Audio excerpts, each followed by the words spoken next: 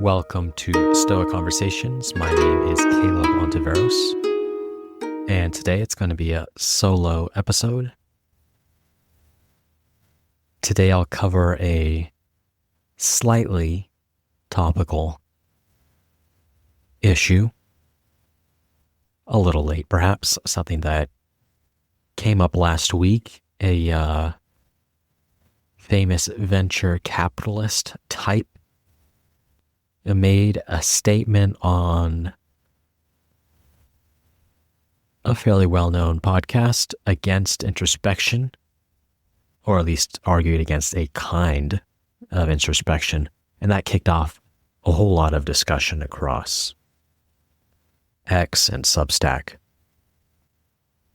And several of the Stoics' names came up in those conversations, so I thought it might be useful to cover a Stoic take on introspection, as it were, using this as a launching pad. So I won't go into too many of the details on what exactly was said and such, which can, of course, get distracting. But I'll read a short quote so you get a sense of the flavor of the argument against introspection, and then cover what I think the Stoics have to say against this line of thinking, but also in support of it. So, of course, not all forms of introspection are equally valuable, beneficial, or perhaps even harmful. The Stoics have a clear method when it comes to thinking about oneself, thinking about one's mind. All right, so here's the quote from the podcast, or a quote from the podcast. All of the modern ideas around introspection and therapy were manufactured in 1910s and 1920s. Great men of history didn't sit around doing that stuff at any prior point. It's all a new construct. First, Western civilization had to invent the concept of the individual several hundred years ago. Then for a long time, the individual runs and builds things, empires, companies, technologies. And then this guilt-based whammy showed up from Europe, from Vienna, Freud, and that movement. The individual needs to self-criticize, feel guilt, look backwards, dwell in the past. It never resonated with me. So that's a quick quote. And we don't need to get into the history lesson about how this stuff emerged, which is, it's not too bad of an account, but it's rather coarse. And we do have some thoughts on, and we do have an episode on therapy. So, there is this line about both introspection and therapy. We do have an earlier episode that Michael put together about thinking about therapy. That's episode 191, and contrasting that with philosophy. But at the very end, we get these suggestions about what's wrong with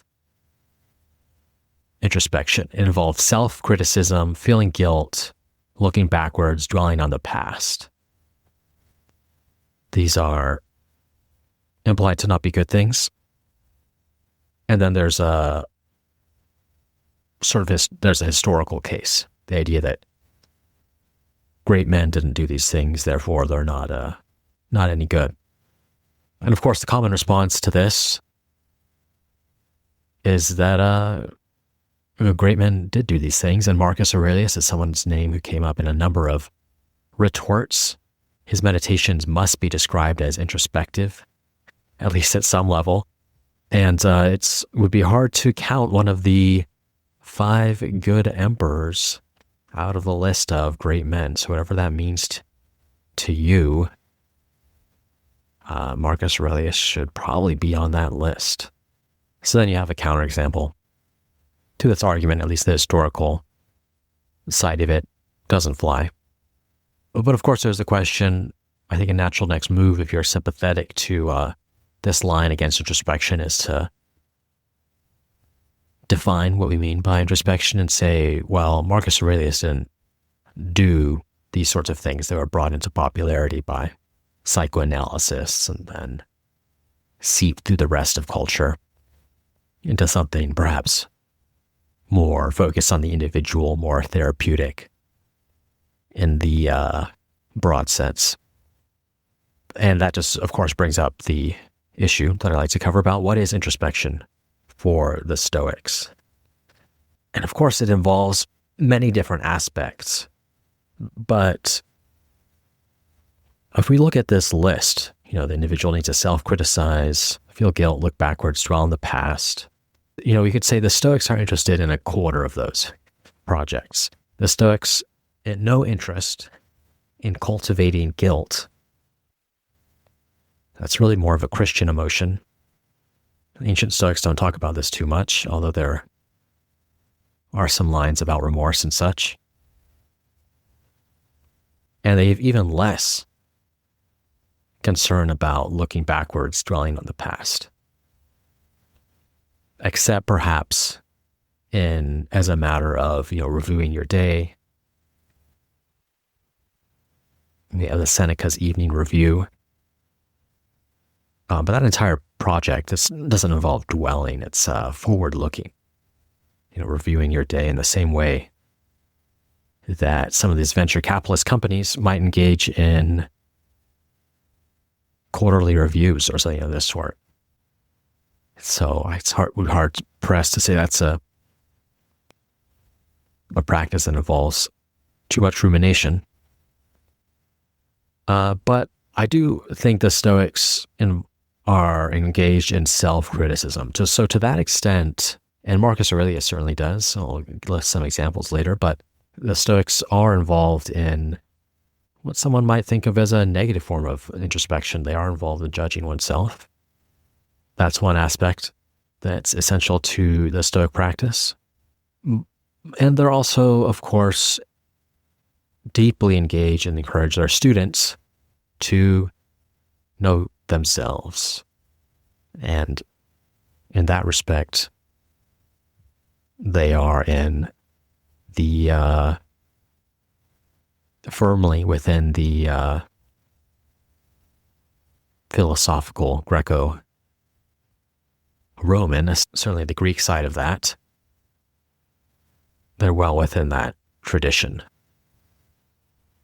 And perhaps that's a point that also puts some question marks next to the little history lesson we had in the opening quote from our venture capitalist. But this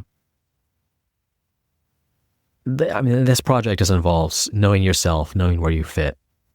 So that's a matter of knowing your character, understanding your mind, and especially important for the Stoics, the judgments you are making about yourself and the world at large. So that's what Stoic introspection is. And we see Marcus Aurelius practicing both of these, especially self-criticism. So he's not interested in looking backwards, dwelling on the past. He repeatedly calls himself to be present. But he does certainly judge himself and implies that he's not living up to his own standards. So here's a example of this, Meditations 2.2. You are an old man. No longer let this be a slave. No longer pulled by the strings like a puppet to selfish movements. No longer dissatisfied with your present lot or shrinking from the future.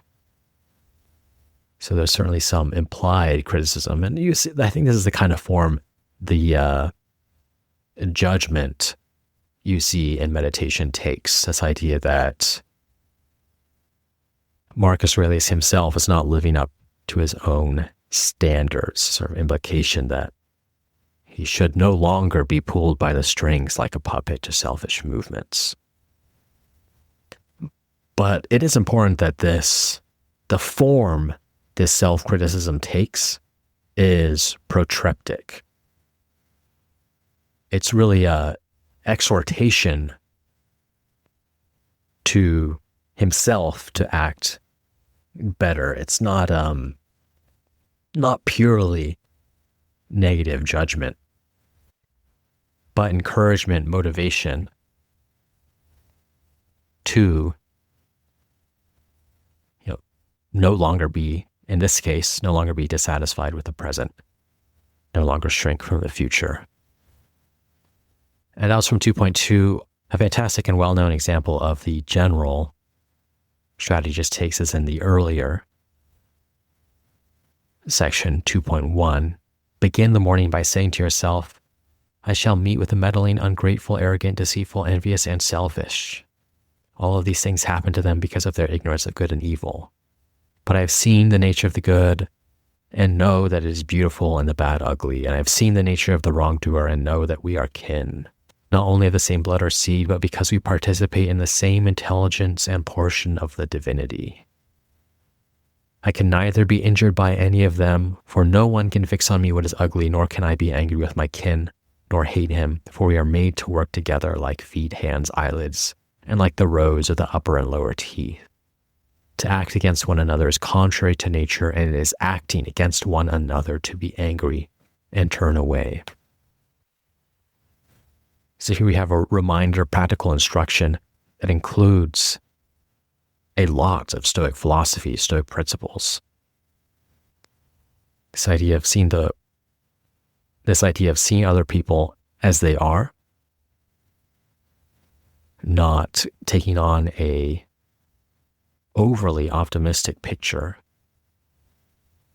of what other humans are like, and then turning to this question of why people act poorly. It's out of ignorance of the nature of the good.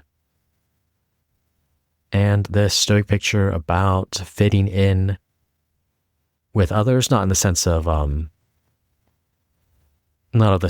purely going along with the herd, but fitting in a larger picture. Essentially, by nature, we are made to work together, to live well with others, and that demands being pro-social, demands justice, of course. To act against one another, to act selfishly, would be antisocial, unjust, and in the deepest sense, unnatural.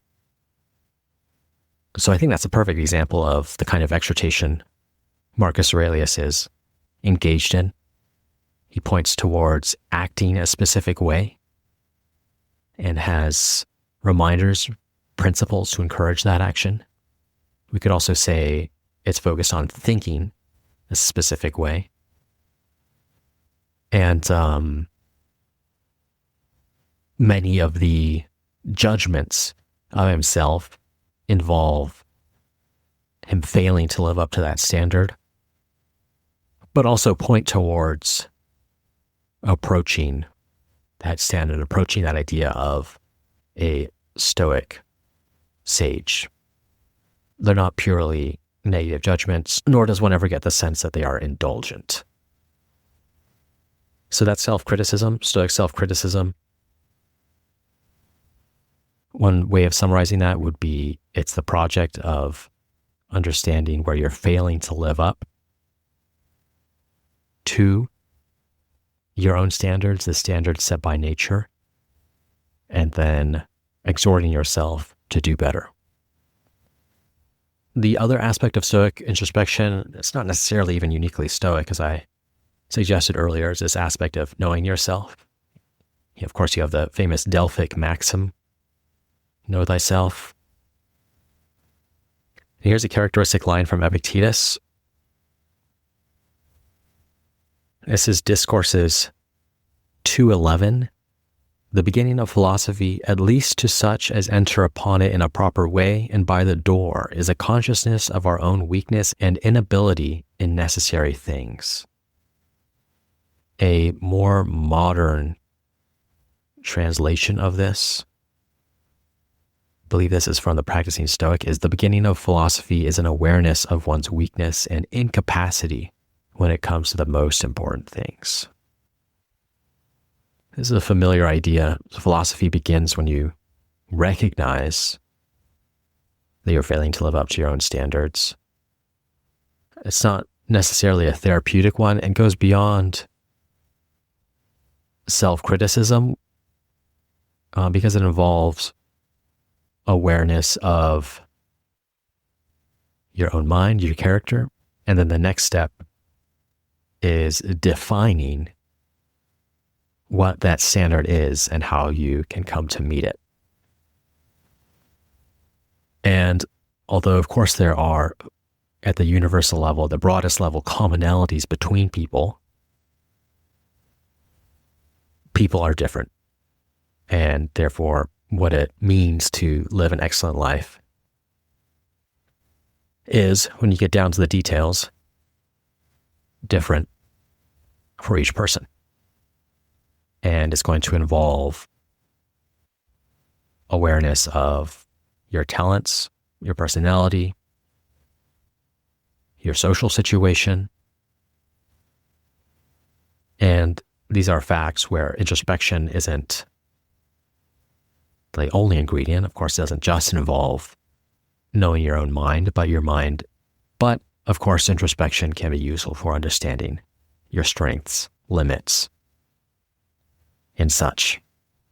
That's a crucial part of this project. So introspection can serve these two main kind of roles: self-criticism and knowing yourself. And if we want to go a little deeper, what is it about introspection exactly that helps you fulfill these? It's awareness of the judgments you're making, your decisions, the quality of the life you're leading, and awareness of your, what we want to say, personality, character, strengths and weaknesses that are accessible through introspection. Ultimately, another way to think about it is, when the Stoics are engaged in self-criticism, there's this idea of self-respect, of becoming worthy of your inner critic. And your inner critic has an image of who you could be. And introspection is at once perfecting this image of who you could be through knowledge of your strengths, weaknesses, personality, and such, and also helping you understand how you fail to live up to that image when you do. And of course, pushing you towards matching that image, developing that self-respect. You could think about this almost as the idea of a conscience, or as the Stoics would say, the inner demon, especially Epictetus and Marcus Aurelius talk about this. I think it's an essential point here is that this kind of introspection is not rumination. So if people who argue against introspection, of course, argue against things like dwelling on the past, the Stoics have an answer to rumination. The past is no longer up to you. It's not in your power. And it's the present that is. And that's happening now. Epictetus says the Olympics is now. There's no more time to set off this project of implementing your principles. And perhaps there's a kind of criticism here of an idea, a temptation to procrastination that can come from forms of introspection. I'll change my ways once I find some time to set aside a period for myself to reflect on what exactly needs to be done and how I need to change my ways and so on. The Stoics remind us that time is not guaranteed by any means, but anyway, the time to act is now. There is no special time for performance and training. The Olympics is now. There is no special time to set aside to start practicing philosophy. The time to practice philosophy is now. And of course, philosophy is not merely shown in the inner life, but must be proved. And Epictetus is excellent against this. He has that lovely section from the Discourses where he says, they who have merely received bare maxims are presently inclined to throw them up as a sick stomach does its food. Digest it, and then you'll not throw it up. Otherwise, it will be crude and impure and unfit for nourishment. But show us, from what you have digested, some change in your ruling faculty, as wrestlers do in their shoulders, from their exercise and their diet, as artificers in their skill, from what they have learnt. There certainly are risks to introspection. Of course, there's dwelling on the past. There's thinking that introspection is the work. Introspection is, thinking about oneself, taking time for self-care or whatever is the work. But of course, Epictetus reminds us there must be some result of this thinking. Otherwise, what's the point? There's also the slightly more subtle risk where introspection has, I think, diminishing returns might be one way to put it, even when it comes to ways in which it can potentially be useful, say learning about your personality, these sorts of practices, or even when thinking about self-judgment, because you can judge a decision you made and accurately label it as a mistake. And then that's another kind of judgment, thinking about that decision as a mistake. And then you can start pondering about that judgment itself. And this process could just go on and on, become a hallway of mirrors, as one commentator put it. And at some point, it seems to me one can become detached from reality, either because of becoming too meta or the information you're considering is too internal, maybe even manufactured in some respects. Introspection might have a tendency to conjure up images in the extreme, even falsify memories. So those risks are certainly there. And I certainly think it's true that the share of time, the amount of time you spend, say, cultivating awareness of your own mind, the optimal amount of time you spend in this activity fluctuates throughout your life. And it's not, one can't spend too much time doing it. I mean, that's certainly true. There's diminishing returns in anything. So that's something to keep in mind. And there's always the worry that, simply contemplating oneself becomes a bit narcissistic, or as a way to put off what needs to be done and such. All that said, the share of time spent thinking about oneself, engaged in reflection, the ideal amount of time for most people is certainly not zero. And even though one might think about it negatively, there's a positive role for self-judgment, self-criticism, especially when it's future-facing, exhorting yourself to act better, and filling out this image of who you could be and getting closer to that picture day by day. All right, do let me know what you think. Thanks for listening.